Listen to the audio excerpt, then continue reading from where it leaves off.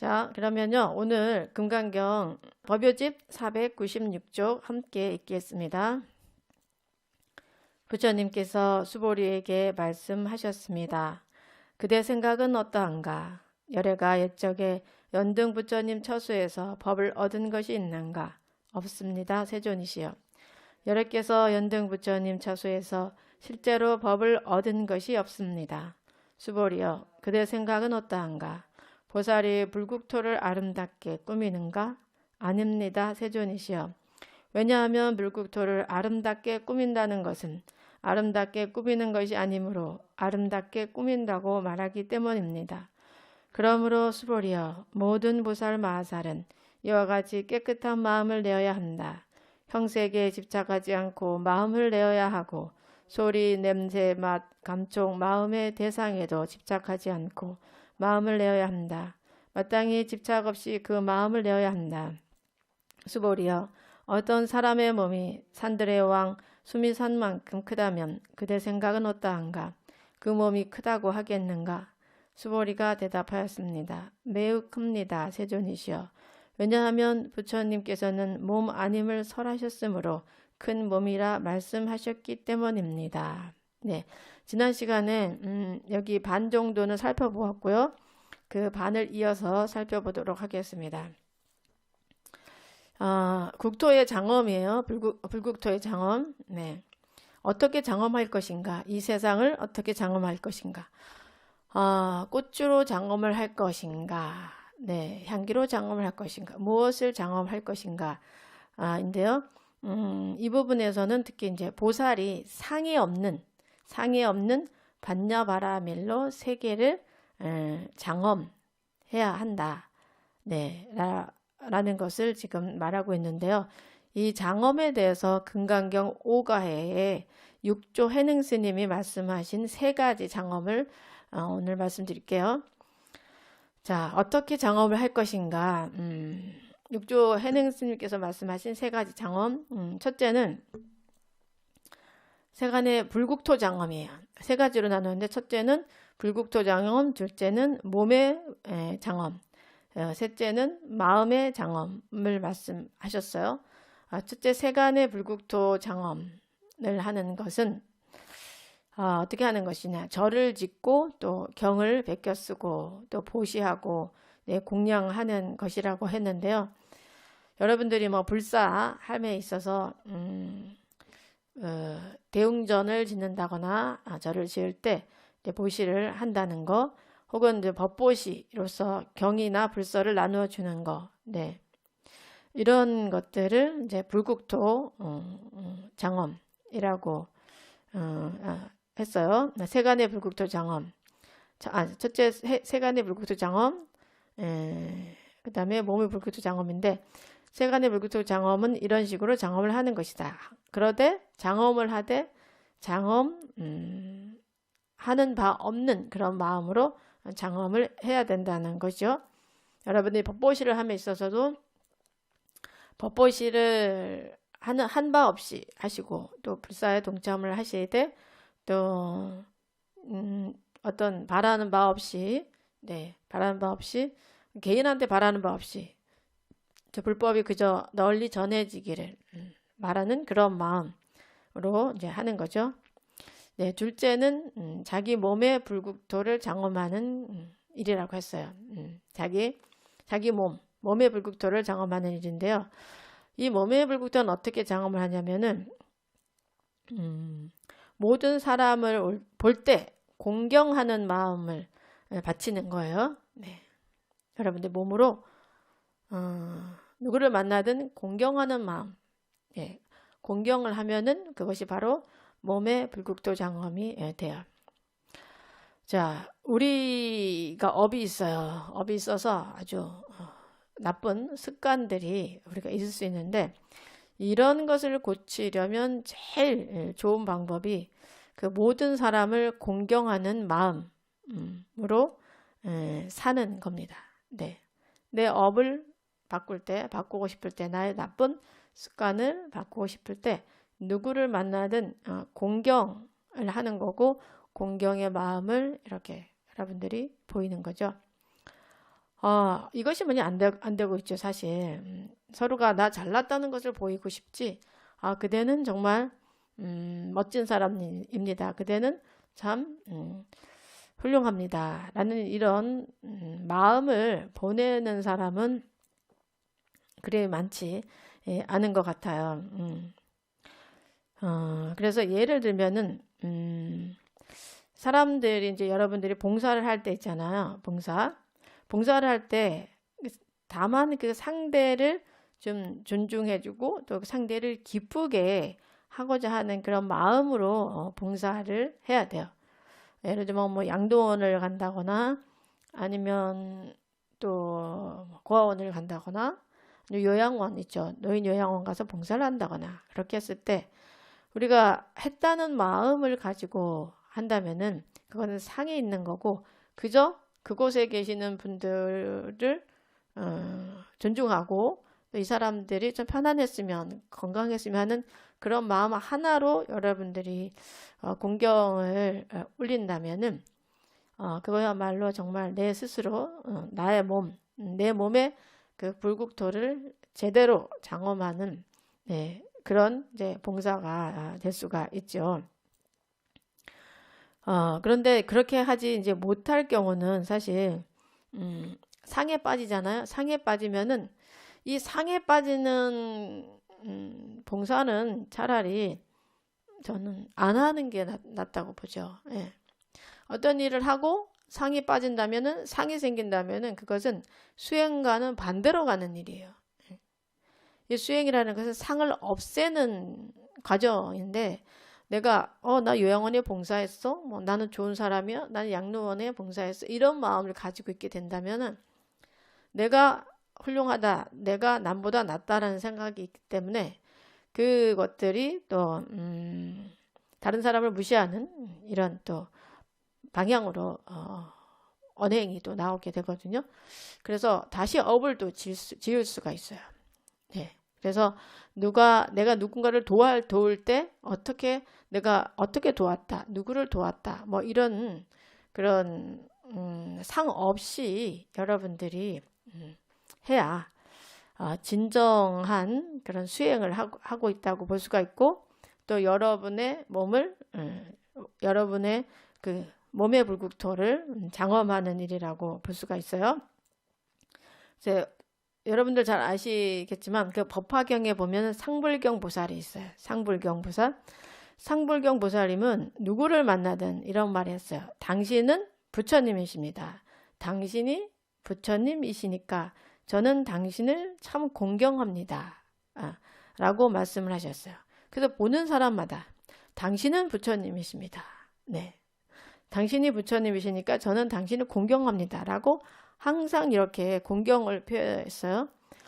혹자는 또 그렇게 얘기하면은 놀린다고 하는 사람도 있죠. 나를 놀리냐고 그래서 뭐 화낸 사람도 있고 상불경 보살에게 돌을 던진 사람도 있고 하지만 상불경 보살은 거기에 굴하지 않고 계속 사람들에게 공경을 표했어요. 여러분들도 좀 이런 용기가 필요합니다.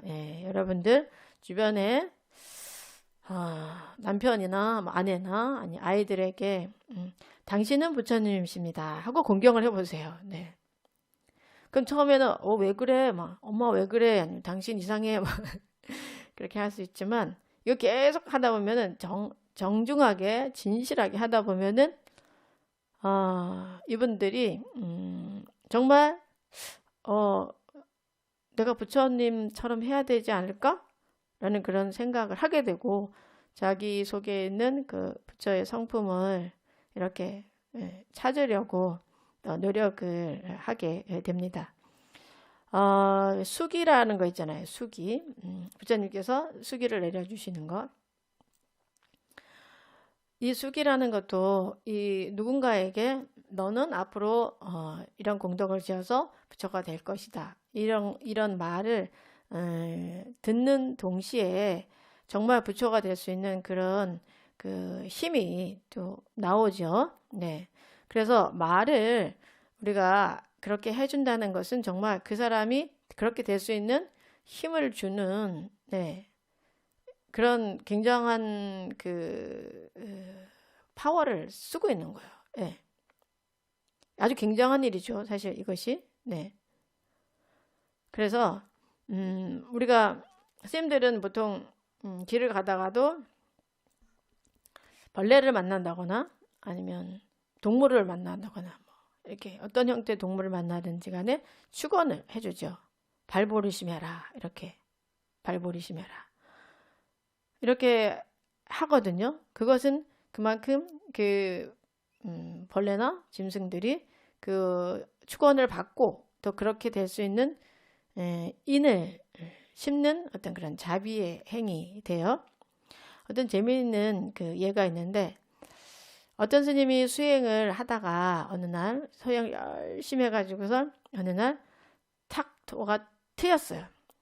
근데 너무 우스워 죽겠는 거야. 그래서 박장대소를 했어요. 박장대소를. 그래서 옆에 있는 스님이 아이 자네는 왜 박장대소를 하나 했더니 스님이 하는 말. 아 내가 어느 그 생에 자벌레였는데 자벌레 아세요? 자벌레는 이렇게 꼼지락꼼지락 하면서 자대시지 이렇게 요만큼 재면서 이렇게 올라가는 자벌레였는데 어떤 스님이 나를 보고 야 너는 이렇게 자를 재듯이 정확하게 이렇게 재가지고 이렇게 잘 정진을 잘하니 다음 생에는 성불을 하겠다. 너는 정말 불법을 만나서 수행을 잘해서 성불을 하겠다. 이런 말을 했는데 내가 그 인연으로 지금 이런 스님이 되고 또 이렇게 공부를 하게 됐다는 걸 알게 됐다 하면서 막 웃었다는 그런 이야기가 있어요. 그래서 여러분들이 이렇게 주변의 사람들을 가까이 있는 사람들에게 너는 부처야. 부처님 이렇게 하면서 이름 부르면서 뭐 우리 인우 부처님, 정우 부처님 이렇게 이름만 불러줘도 그 뒤에다가 달라진다는 거죠. 네. 이렇게 그래서 수기를 우리가 주는 것과 마찬가지예요. 네. 이 좋은 사람이 될 수 있도록 우리 속엔 다 부처의 성품이 있잖아요. 네. 그 좋은 마음으로 그렇게 당신은 부처님입니다. 라고 이야기를 말씀을 이렇게 전해 주는 거 작은 일인 것 같지만 아주 큰 일이고 세상을 바꾸는 일이죠. 그래서 타인을 여러분들이 자꾸 존중하고 존경하잖아요. 그러면 여러분들이 또 그만큼 이렇게 달라져요. 여러분들 업이 그만큼 많이 녹아요. 네. 남을 존중하고 남을 찬탄할 때 그때 여러분들의 업장이 높고 나쁜 습관이 바뀌어요. 그래서 긍정적으로 보게 되죠. 어떤 사람은 사람을 보면 의심을 하고 쟤가 나 이게 나쁘게 보는 거야. 쟤는 이런 마음을 갖고 있는 거야. 이렇게 보는 사람들도 있어요. 네. 그렇게 보는 사람 자체가 사실은 불행하고 좀 안타까운 거죠. 네. 우리 상불경 보살님처럼 당신은 부처님입니다. 라고 이렇게 보면 바로 내 마음도 부처의 마음이 되고 그 사람도 부처의 마음이 될 수 있는데 너는 이렇게 하니까 이런 마음으로 하는 거지라던가 뭐 그 사람이 그렇게 생각하는지 확실하게는 모르지만 그렇게 한다면은 그것이 모두를 불행하게 하는 그런 일이 되죠. 예. 그래서 우리가 공경한다는 거, 다른 사람에게 공경을 바치는 것은 참으로 소중한 일이에요. 뭐 겉으로 정말 험한 말을 한다거나 험한 행동을 하더라도 그 사람이 부처의 성품을 찾을 수 있도록 당신은 부처님입니다. 예. 이렇게 그 사람이 좋은 면을 가지고 있는 것을 찾을 수 있도록 도와주는 거, 네, 굉장히 소중하고요. 또 그렇게 하는 것이 바로 여러분 자신의 몸 불국토를 장엄하는 일이라는 거 여러분들이 명심하시면은 좋겠습니다. 자, 그 다음에 셋째는 마음의 불국토를 장엄하는 일이에요. 마음의 불국토를 장엄하는 일은 마음을 청정하게 하면은 이제 불국토가 청정하게 되는 거죠. 즉 생각에 머무는 바 없는 마음을 내는 그것, 얻을 바 없는 마음을 쓰는 것이 바로 마음의 불국토를 장엄하는 일이에요. 그것을 정심장엄이라 그래요. 정심, 깨끗할 정자를 써서 정심장엄. 그래서 정심은 마음을 청정히 하는 거예요. 마음을 청정히 한다. 과연 무엇일까? 마음을 청정히 한다는 게 무엇일까? 네. 마음을 청정히 한다는 것은 바로 반야바라밀의 마음인데, 반야바라밀, 지혜바라밀이잖아요. 바로 머무는 바 없는, 상없는 마음을 쓰는 것. 네. 그래서 바로 정심장엄이라고 할 수 있어요. 그래서 아상, 인상, 중생상, 수자상에 머무르지 않고, 또 열반을 얻었다고 해서 또 열반을 성취했다는 그런 생각도 없는, 내가 반야바라밀 세계에 들었다 해도 반야바라밀 세계에 들었다는 그 또 상이 없는 그런 세계를 말하는 거죠. 정심장엄이. 그래서 육조 단경에는요, 정심이라는 말이 이제 자주 나오는데, 그 육조 스님께서 법문할 때 대중들을 보면서 이런 말씀을 하셨대요. 선지식들이여 정심하라. 정심하라. 마음을 청정히 하라. 마음을 청정히 하라. 뭐 일반적으로 청정히 하라 그러면 깨끗이 하란 말인가 보다. 뭐 이렇게 생각하지만 구체적으로 정심이 무엇인지 알아야 되겠죠. 네. 그 어느 곳에서 머무르는 바가 없는 그런 마음. 착한 일을 해도 착한 일을 했다는 생각이 없는 마음. 남을 도와줘도 도와줬다는 생각이 없는 마음. 아상, 나는 존중받아야 된다. 나는 훌륭하다. 뭐 이런 나에 얽매이지 않는 그런 이제 마음을 갖는 것이 바로 정심 장엄이에요. 깨끗한 마음으로 이 불국토를 장엄하는 거죠. 그래서 정심 장엄의 대표적인 경우는요, 여러분들이 잘 아시는 그 서방 정토 극락세계를 장엄하신 법장 비구 스님의 원력 장엄이에요. 네. 그래서 이렇게 서원을 세웠죠. 원력을. 나는 내가 부처가 될 때 모든 사람들이 다 나와 똑같이 평등세계에서 평등세계에서 나와 같은 극락세계에서 논일기를 원한다. 모두 다 부처 되기를 원한다. 또 사막도가 없어지기를 원한다. 라는 그런 원력을 가지셨어요. 네. 우리 사실 뭐 관세음 보살님이나 뭐 지장 보살님이나 이렇게 또 그 아미타 불국토를 세우게 되는 법장 비구 서원, 법장 비구나 모두가 이런 원으로 인해서 청정한 마음의 그런 원으로 인해서 장엄을 하게 되는 거죠. 그래서 이런 원이라는 것은 다 마음에서 나오는 거예요. 네. 마음 통해서. 그래서 마음을 어떻게 먹느냐가 참 중요한데요. 여러분들이 그 마음을 먹음에 있어서 원력을 가지면서도 그 원력이 머무는 바 없는, 상 없는 그런 이제 원력을 가지셔야지 그 원력이 또 그만큼 크게 꽃피울 수가 있어요. 근데 우리 보통 중생들은 그 원력 없이 욕심으로 뭔가 이루어야겠다고 이제 생각을 하죠. 그렇다면 이제 욕심의 장엄이 따르겠죠. 욕심의 장엄. 욕심으로 세상을 장엄하게 되는 거죠. 우리 마음의 옥토를 욕심으로 장엄을 하게 되고 하는데, 이 욕심의 장엄 뒤에 따르는 것은 뭐냐? 욕심을 갖게 된다면 여러분들이 원망이 생기면서 원망으로 장엄하게 돼요. 우리 마음 국토를. 예. 누군가 이것을 해줬으면 좋겠다. 아니면 부처님 저 이거 이루어 주세요. 그랬는데 욕심으로 부처님 저 이번에 뭐 1억 벌게 해주세요. 그런데 부처님이 안 해줬다. 이루어지지 않았다. 그러면 원망하게 되죠.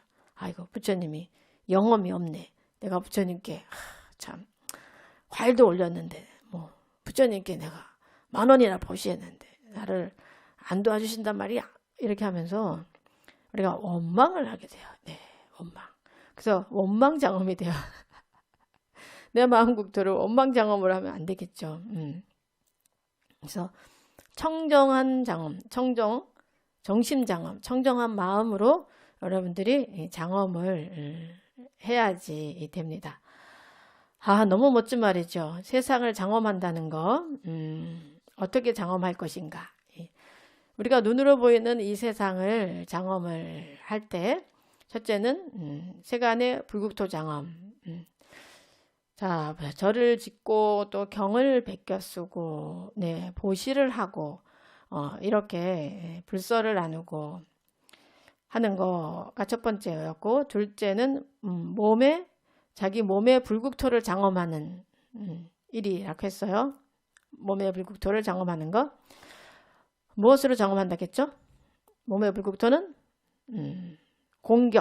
공경으로 장엄을 하라. 주위에 보이는 만나는 사람들 항상 공경하는 마음. 어느 도량에 갔을 때 누군가 나를 공경하는 마음으로 대하는 사람과 공경하지 않고 의심으로 대하는 사람, 어느 사람이 더 좋아요? 당연히 여러분들도 나를 공경하는 마음으로 대하는 사람이 좋겠죠. 네. 딱 어느 도량 갔을 때 뭐 훔쳐갈라나? 이렇게 의심하는 눈빛으로 보는 사람과 어서 오라고 무엇을 해드릴까요? 라고 보는 그 사람, 두 사람이 있을 때 우리는 두 번째 사람에게 가게 돼요. 그래서 혹시 뭐 장사를 하시는 분이 있다면은 장사 잘 되게 하는 방법. 손님이 가게에 오면은 의심을 하지 말고 무조건 공경의 마음을 보내는 거예요. 마음속으로. 당신은 부처님입니다. 이렇게 어서 오세요. 당신은 부처님입니다를 뭐 우리 불자들한테 해주면은 참 좋아하겠지만 타종교한테 당신이 부처님입니다 하면 또 기분 나쁠 수도 있으니까 마음으로만 당신은 부처님입니다 하면서 이렇게 환하게 맞을 때 기분이 좋아지잖아요. 그러면 그 가게 되는 거죠. 어느 곳에 가든지 여러분들이 공경의 마음을 바치면은 모든 사람들이, 그곳에 있는 모든 사람들이 여러분을 사랑하고 좋아하게 됩니다. 하지만 의심의 눈으로 제가 나 미워하는 거 아니야? 이 도량 이 사람들은 도대체 뭐 하는 사람이야? 뭐 이런 식의 눈으로 바라본다면은 그 도량에서 오래 있을 수도 없고 또 그 사람들이 환영을 하기 어려워요. 예. 어느 곳에 가서 내가 만약 그렇게 한다면 그 있는 사람들도 환영을 하기가 어려운 그런 상황이 되죠. 그래서 굉장히 중요합니다. 이렇게 상대를 공경하는 마음을 갖는 거. 네. 여러분들의 행복의 비결이라고도 할 수가 있어요. 그 다음에 셋째, 마음의 불국토를 장엄하는 거. 네. 청정한 마음, 네. 깨끗한 마음으로 불국토를 장엄을 하는데 이 청정한 마음이라는 것은 상없는 마음, 머무르는 바 없는 마음. 그 무엇을 했다 하더라도, 그죠? 예를 들어 내가 성불을 했다 하더라도 그 성불에조차 매여 있지 않는 그런 마음, 그런 청정한 마음일 때 이 마음의 국토가 장엄이 되는 거죠. 너무 멋지죠, 그죠? 마음의 불국토를 장엄하는 거 너무 쉬워요. 네. 돈도 안 들고 얼마나 좋아요. 네. 그래서 여러분들이 원력을 가지시기 바랍니다. 네.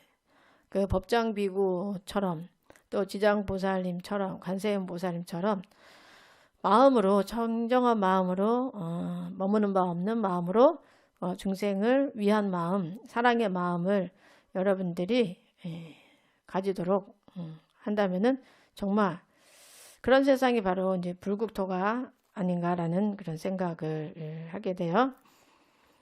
네, 이제 이제 오늘 세 가지 장엄에 대해서 이제 알아봤고요. 이제 이어서 지난 시간에 이어서 보면은요. 그러므로 수보리야 모든 보살 마살은 이와 같이 깨끗한 마음을 내어야 한다. 바로 깨끗한 마음, 머무는 바 없는 마음을 내야 된다는 거죠. 형색에 집착하지 않고 마음을 내어야 하고 소리, 냄새, 맛, 감촉, 마음의 대상에도 집착하지 않고 마음을 내어야 한다. 마땅히 집착 없이 그 마음을 내어야 한다. 네, 이게 한문으로는 응여시 청정심이니 불응 주색생심하며 불응 주성향 미촉법 생심이요 응무소주하야 이생기심이니라. 네, 여기 아주 유명한 말이 나오죠. 응무소주 이생기심. 자, 보살은 반드시 텅 빈 마음을 내야 한다라는 말이에요. 즉 어떤 관념에도 사로잡히지 않는 자기를 완전히 비운 그런 마음을 내어야 한다. 이것은 곧 사상과 선악, 시비를 다 떠나보낸 그런 수승한 마음을 상징하는데 이 응무소주 이생기심 하면 떠오르는 분이 누구예요? 형공스님. 응무소주 이생기심 떠오르는 분 누굽니까? 맞아요. 육조 해능스님, 해능공스님 맞췄습니다. 여러분 박수.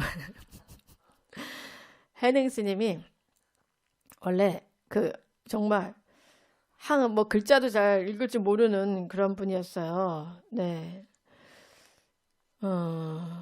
그런데 아주 효심이 또 지극하셨죠. 예. 난 놓고 정말 기억자도 모르는 그런 정말 무식한 나무꾼이었는데 뗄나무를 해서 이제 시장에 갖다 팔아서 겨우겨우 연명을 하면서도 어머니를 이제 잘 모시고 있던 분이었어요. 그런데 어느 날 어떤 스님이 말씀하시는 이 구절 응무소주 이생기심 이 구절을 듣고서 마음이 활짝 열렸어요. 그 순간에. 그래서 오도성을 읊으셨는데 이렇게 읊으셨다고 해요. 하기 자성 본자 청정. 나의 자성이 본래 저절로 청정하다는 사실을 상상이나 했겠는가? 네.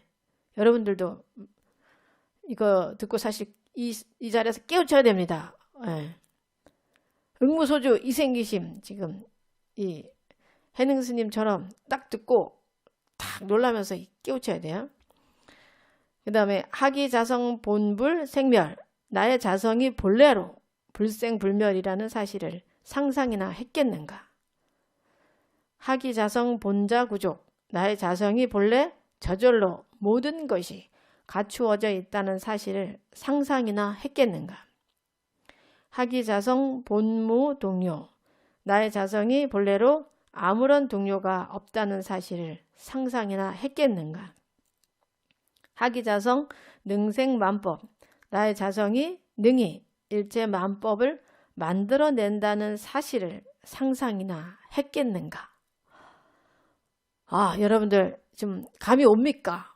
사실 여러분 감이 좀 오고 있습니다. 우리가 이렇게 갖추고 있다는 거죠. 응무소주 이생기심. 머무는 바 없이 그 마음을 낼지어다. 네, 머무는 바 없이 이 구절을 듣고 확연히 깨달으셨죠. 그래서 오도성을 탁 읊으신 게 바로 여러분들 우리가 모두 이 찾아야 하는 그 마음자리라고 할 수가 있겠죠. 나의 자성이 본래 저절로 청정하다는 사실 상상이나 했겠는가? 여러분들 자성이 다 우리 모두의 자성이 청정합니다. 나의 자성이 본래로 불생불멸이라는 사실을 상상이나 했겠는가? 우리 모두가 불생불멸입니다. 나의 자성이 본래 저절로 모든 것이 갖추어져 있다는 사실을 상상이나 했겠는가? 모든 것이 여러분 속에 갖추어져 있어요. 답은 다 여러분 속에 있어요. 답을 바깥에서 찾으려 하지 말고 여러분 속에 갖추어져 있는 답을 찾아야겠죠. 나의 자성이 본래로 아무런 동요가 없다는 사실을 상상이나 했겠는가. 여러분들이 항상 혼돈스럽고 흔들리는 그런 사람인 것 같지만 사실은 부동이에요. 부동. 아무런 동요가 없는 그런 성품을 가지고 있어요. 다만 우리가 못 보았을 뿐이죠. 나의 자성이 능히 일제 만법을 만들어낸다는 사실을 상상이나 했겠는가. 네, 우리 자성이 모든 만법을 만들어내고 있어요. 여러분들, 우리의 생각에 의해서 모든 것이 이루어집니다. 네, 이렇게 이 해능 스님은 이 개송을 듣고 깨달음을 그 자리에서 이제 얻으셨죠. 그래서 이 응무소주 이생기심 이게 금강경의 제2 사국에 해당이 돼요. 금강경의 제1 사국에는 여러분 뭔지 생각이 납니까? 생각이 좀 안 나겠죠.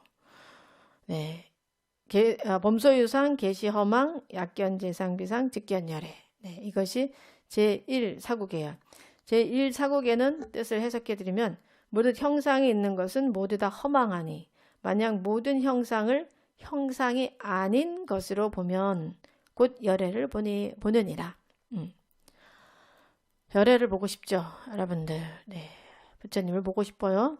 부처님을 보고 싶다면은 범소유상, 계시허망, 약견재상, 비상, 직견열애예요. 네, 즉 모든 형상이 있는 것은 모두 다 허망하나니 만약 모든 형상을 형상이 아닌 것으로 보면 곧 열애를 보느니라. 네. 그리고 오늘 금강경 제2사국의 응무소주 이생기심이에요. 자, 그래서 이렇게 보살은 머무는 바 없는 그런 마음을 내야 되는데 형색에 집착하지 않아야 돼요. 형색에. 우리는 많이 형색에 집착하고 있죠. 네. 예를 들어서 어디 모임에 만났는데 누가 멋진 옷을 입고 나타났다. 그러면 저 사람은 훌륭한 사람이야? 아니면 괜찮은 사람이야? 옷을 좀 이렇게 꾸질꾸질하게 하고 나타났다 하면 별로야. 이렇게 볼 수가 있죠. 이게 바로 이제 형색, 바깥의 모습에 집착하는 그런 마음. 또 소리도 마찬가지고, 그죠? 소리. 목소리가 좋은 사람, 나쁜 사람, 이런 거에 우리가 집착을 하는 것도 있고, 또 너무 좋은 소리에 집착하는 경향도 있고, 또 냄새도 마찬가지고, 맛, 감촉, 그런 마음의 대상에도 이 집착하지 않는 마음을 내야 바로 그것이 깨끗한 마음을 내는 거라고 할 수가 있습니다. 항상 근본 자리에서 보려고 해야지 바깥에 보이는 거에 우리가 현혹이 되면은 우리 자성을 이제 잃어버릴 수가 있는 거죠. 그리고 우리 이제 각자는 정말 그 해능 스님의 말씀처럼 우리 각자가 지금 천하고 더러운 줄 알고 있는데 본래 훌륭하고 좀 청정한 사람이라는 거, 청정한 존재라는 거, 네, 또 우리는 생멸하지 않는 그런 존재라는 거. 나는 정말 가난하고 정말 보잘것없는 사람이라고 생각했는데 무한한 보물, 네, 과 온갖 풍요로움을 내 자신 속에 다 가지고 있다라는 거. 우리가 그것은 느낄 수 있어야 되는데 사실 그런 마음을 느끼려면은 탐진치를 좀 다 여의어야지 좀 느낄 수가 좀 있어요. 네. 이렇게 어떤 것에도 머무르지 않는 그런 마음으로 여러분들이 살다 보면은 이 경지가 이제 조금씩 이제 느껴질 수가 있습니다. 자, 마음은 끊임없이 변화합니다. 그런데 우리는 마음에 어떤 틀을 만들어 놓고 매달려요. 마음에 이것은 이렇게 해야 된다. 이거는 이렇게 해야 된다.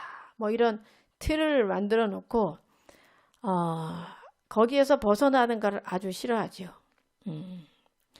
뭐 예를 들면은 아이가 학교에서 뭐 돌아올 때 집에 뭐 8시까지 와야 된다라는 이런 틀을 딱 만들어 놓는 아빠가 있다면 그 아빠는 아이가 8시까지 안 오면 그때부터 괴로워지죠. 그리고 아이를 뭐 계속 괴롭히게 되고 하는 그런 또 성향이 생기는데 그럼 아이가 공부를 더 하고 9시까지 와야 된다라는 상황이 생겼을 때 그걸 유동성 있게 바꿔줘야 되거든요. 그래, 그럼 9시까지는 괜찮아 라고 해야 되는데 자기가 만드는 틀이 8시라면 안 돼. 8시까지 와야 돼. 라면서 그 고통을 만들죠. 우리가 많이 그래요. 각자를 보면은 자기 틀이 있어. 그래서 그 틀에 안 맞으면 그 사람을 원망하게 되는 그런 마음들이 생겨요. 그래서 막 괴로워하고 또 갈등도 합니다. 근데 우리 마음도 본래 머무는 것이 아니기 때문에요. 갈등할 이유가 없어요. 네. 변하는 것이 당연하죠. 변하는 것이 당연해. 뭐 연인이 사귀다가 한쪽이 변했다. 네. 뭐 괴롭죠. 하지만 마음이 변하는 거예요. 변했구나. 인정하고 받아들이면 쉬운데 왜 변한 거야? 나를 영원히 사랑해야지. 그죠? 뭐 그런 마음이 바뀔 때는 또 뭐 그만큼 조건이 있어서 앞뒤로 조건이 생겨서 마음이 변하는 것뿐인데 나를 한번 사랑했으면 영원히 사랑해야 한다. 라는 그런 틀을 가지고 있어서 그 상대가 마음이 바뀐 거에 대해서 인정하지 못하고 집착하고 이렇게 하다 보면은 또 힘든 문제들이 생겨요. 마음은 항상 변해요. 네. 변화하기 때문에 그만큼 또 좋은 일들도 많이 생기는 거죠. 나한테 아주 나쁘게 했던 사람이지만 우리는 쟤는 나쁜 사람이야 라고 꽂힐 수 있지만 그 다음에 뭐 10년을 만났을 때 그 마음을 그대로 가지고 있을 필요는 없어요. 왜냐하면 변하는 거기 때문에 이 사람이 어떻게 변했을까? 더 좋게 변할 수도 있다라는 그런 항상 가능성을 우리가 열어놔야지 좀 자유로운 그런 삶을 살 수가 있습니다. 네. 우리 육조해능 스님도요, 그 호러어머니를 모시면서 사셨는데 참 효자로 사셨지만 결국은 출가를 또 하게 되잖아요. 네. 그 또한 변한 거죠. 출가를 해서 그 어머니, 한 어머니가 아니라 그러니까 모든 그 중생을 섬기는 그런 모든 중생을 어머니처럼 섬기는 또 그런 삶을 살게 됐죠. 이렇게 이제 변하기 때문에 더 큰 발전이 있었던 겁니다. 자, 그 다음 수보리야 어떤 사람의 몸이 산들의 왕 수미산만큼 크다면 그대 생각은 어떠한가? 그 몸이 크다고 하겠는가? 수보리가 대답하였습니다. 매우 큽니다. 세존이시여. 왜냐하면 부처님께서는 몸 아님을 설하셨으므로 큰 몸이라 말씀하셨기 때문입니다. 라고 했어요. 자, 수미산 나왔어요. 수미산. 자, 수미산은 일단 상상의 산으로 여러분들이 생각을 해야 되는데요. 이 우주의 중심에 수미산이 있다고 봐요. 아주 큰 수미산이 있어요. 그 수미산이 있고 우리 이 사바세계는 어떤 그 수미산 중턱에 있다고 이렇게 설명을 하고 사천왕들은 수미산 아니 우리는 산 기슭에 있고 사천왕들 팔부신장들은 수미산의 중턱에 있다. 이제 이렇게 이제 설명을 하고 있는데 그만큼 아주 큰 산이에요. 큰 산. 네. 이 큰 산, 사람의 몸이 산들의 왕 수미산만큼 크다면, 우리 몸이 그렇게 크다면, 네. 그 몸이 크다고 하겠는가? 라고 이렇게 말했잖아요. 근데 수보리가 매우 큽니다. 네, 크다고 말했어요.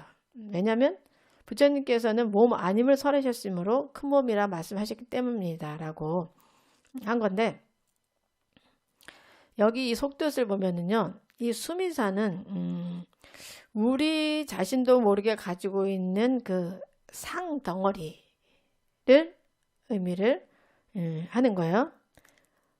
그 여러분들이 가지고 있는 상이 얼마나 크냐, 수미산보다 더 크다는 거죠. 그렇기 때문에 평생이 가도 그 상을 여러분들이 무너뜨리지 않고 그냥 그 상을 고수하죠. 이건 이렇게 해야 돼, 저거는 저렇게 해야 돼. 예를 들면 뭐 스님은 이렇게 해야 돼, 어머니는 이렇게 해야 돼, 아버지는 이렇게 해야 돼. 사실 뭐 본인에게 상을 많이 주지는 않는 것 같아요. 남한테 상의 잣대를 많이 되죠. 그래서 이렇게 우리가 한 사람이 가지고 있는 그 상이 수미산보다 더 크다는 거죠. 수미산.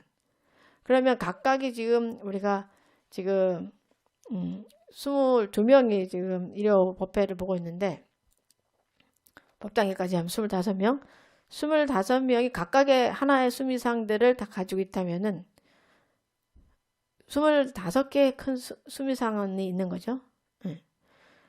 이렇게 온 우주의 그 지구의 사람들이 뭐 60억이면 그 60억의 모든 사람들이 다 히말라야 산만큼 큰 그런 상을 가지고 있다는 거죠. 그래서 저쪽에 티베트에 가면은 그 수미산이 있어요. 사실 이름이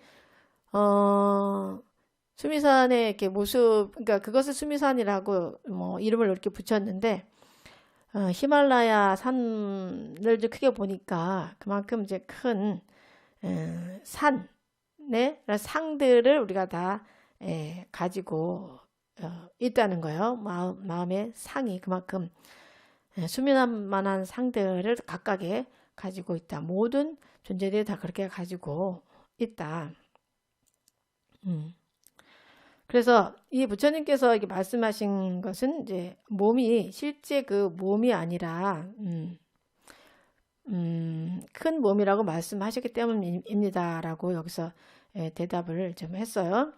그래서 마음의 몸인 까닭에 상이 없고 또 툭 트였으므로 육신의 제한을 받지 않는 진실로 큰 몸을 일컫는 이제 말이 되죠. 그래서 무한히 깊고 큰 마음의 몸이 참으로 큰 몸이라고 이제 할 수가 있어요. 그래서 여기에서는 그 보살이 불국토를 장엄한다는 것은 이렇게 절을 짓고 뭐 불상을 만들고 하는 게 아니라 그 어디에도 머물지 않고 집착하지 않는 그런 마음으로 정말 그 자유로운 그런 마음을 써야 한다라는 것을 이제 말씀하고 계십니다. 수미산을 무너뜨려야 되겠죠. 우리 마음에 이렇게 수미산처럼 쌓여 있는 그 상. 그 초바심 자격물 배우다 보면은 수신제장이 여수미산이다라는 말이 있는데, 우리가 지어온 업이 수미산만하다라는 그 말씀이 또 있어요. 우리의 업이 수미산만하다는 거예요. 수미산 얼마나 커요. 예. 우리가 상상하기 어려운 그런 산이에요.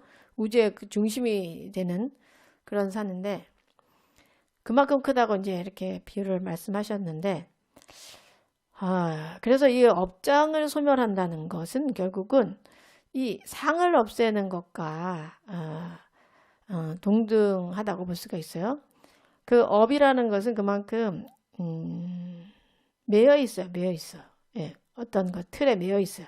틀에 매여 있기 때문에 자꾸 업을 짓게 되는 거예요. 예, 우리가. 그래서 이 수미상과 같은 그런 업장을 우리가 소멸하기도 바쁜데, 어찌하여서 어떤 악행을 하겠는가라는 말이 초바심 자격문에 이제 나와요. 그래서 여러분들이 항상 좀 알아차리고 계셔야 돼요. 아, 나의 상이 수미산보다도 더 클 수 있다. 나의 업이 수미산만 하다. 그렇다면 나는 무엇을 해야 할까? 네. 업장소멸을 해야 되겠죠. 네. 어떻게 하면 업장소멸을 할 수 있을까? 사실 이 상을 다 여인다면은 상을 완전히 여인은 수행을 한다면은 여러분들의 업이 다 녹는다고도 할 수가 있겠죠. 하지만 그게 그리 쉽지는 않죠. 네. 제가 보면은 이 살면서 평생 동안 저 업을 이만큼 녹이기 눈곱만큼 녹이는 것도 힘들어요. 돌아가시는 분들 보면은 끝까지 막 저기 화내시면서 막 욕심을 채우지 못해서 괴로워하시는 분들 많고 죽는 순간까지 막 짜증내고 하시는 분들도 많아요.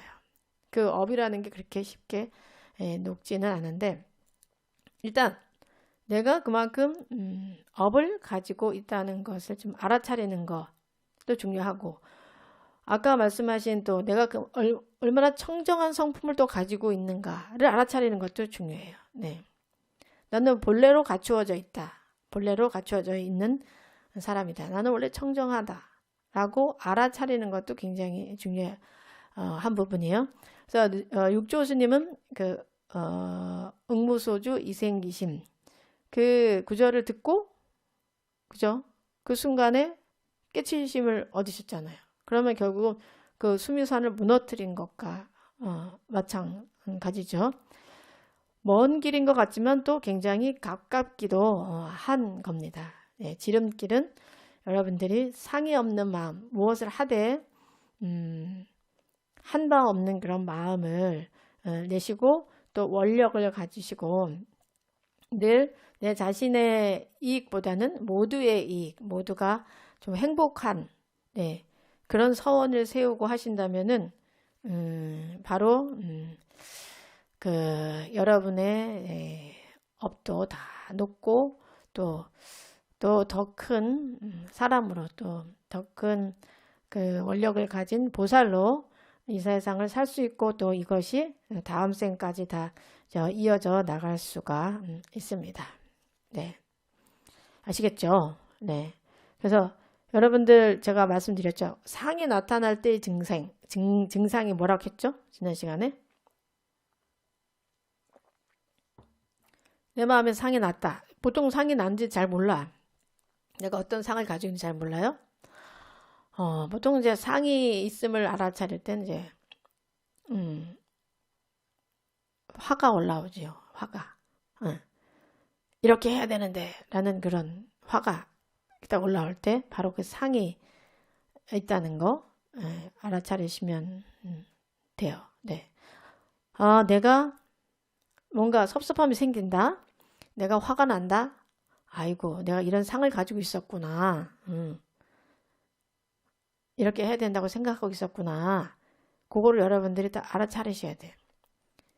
이런 마음의 흔적들이 자꾸 없어야 돼요. 네. 그래서 제가 권해드렸던 게 이런 화가 올라올 때, 섭섭함이 올라올 때, 이 상이잖아요. 상이 곧 업이에요. 그때 연보를 하시라겠죠. 아미타불, 나무아미타불, 비로자나불, 이렇게. 네, 관세음보살. 여러분이 좀 좋아하시는, 했을 때 마음 평온해지는 그 부처님 명호, 보살님들의 명호를 부를 때, 나의 힘과 그 불보살의 힘을 함께 이렇게 갖추어 가지고 더 빨리 우리가 업을 소멸할 수가 있고 또 상을 좀 없앨 수가 있습니다. 상이 많을수록 그 삶은 고통스러워요. 네. 상이 많을수록. 그래서 상을 없애는 것이 굉장히 중요한데 잊어버릴 수가 있어요. 상이 많은 분들은 특히 금강경 늘 독송하시는 거 좋고요. 또 원력을 내고 싶은 분들은 화엄경을 독송하시면 참 좋습니다. 화엄경에 나오는 그 부처님 세상을 보면서 화엄경이 좀 어렵다, 너무 방대하다 하면은 그 보현행자의 서원 지금 법요집에 있잖아요. 법요집에 있는 보현행자의 서원을 매일 한두 억씩 이렇게 하신다면은 여러분의 원력이 많이 커질 수가 있습니다. 네. 그것이 바로 이제 여러분은 마음의 길을 여는 정말 아름다운 그런 수행이 될 수가 있어요. 금강경에서는 계속 그렇게 말을 하고 있습니다. 무주상 보시로부터 시작을 해서 무엇을 하는 바 없는 머무르는 바 없는 그 마음을 내어야 한다. 네. 여러분의 마음이 고요가 깨질 때 바로 여러분들이 상이 생긴 거예요. 아까 말씀드린 화가 날 때도 마찬가지지만 내가 무엇인가를 했을 때 내가 했다는 막 그 상이 올라올 때가 있어요. 나는 이런 걸 했어 하면서 동시에 다른 사람을 좀 무시하는 그런 마음이 좀 올라온다 싶으면 깜짝 놀래야 돼요. 깜짝 놀라고 나무아미타불하고 여러분들이 다시 자기 자성 청정한 마음으로 돌아가시는 그런 수행을 계속 하셔야지 이어갈 수가 있습니다. 그리고 일요마음 행복법회를 꼭 참석을 항상 하시고 또 시간 나누신 대로 유튜브에 다 올라가 있잖아요. 지나간 것들이 다시 한번 또 돌려서 읽으시고 그래서 선 것을 익숙하게 해야 돼요. 우리가 이런 마음 수행한다는 것이 사실 굉장히 좀 항상 듣던 이야기가 아니잖아요. 좀 어설픈 이야기예요. 하지만 이걸 자꾸 듣다 보면은 이게 내 상이고 내 삶은 고통스럽게 하는 것들이 바로 이 상 때문이구나. 이걸 없애야 되겠네. 화가 올라올 때 바로 내가 상이 있음을 자각하게 하는 그 순간이구나.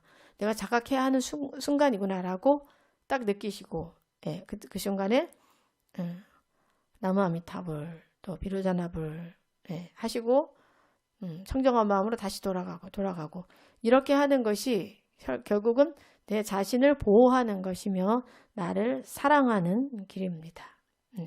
내 자신을 사랑하는 길. 신축연세에 여러분들 자신을 정말 보호하시고 또 각자 자신을 좀 사랑하는, 진정 사랑하는, 잘 먹이고 예쁜 옷 입는 게 나를 사랑하는 게 아니에요. 그건 일시적인 사랑이고 진정한 사랑은 내 자신을 진정 사랑한다면은 각자가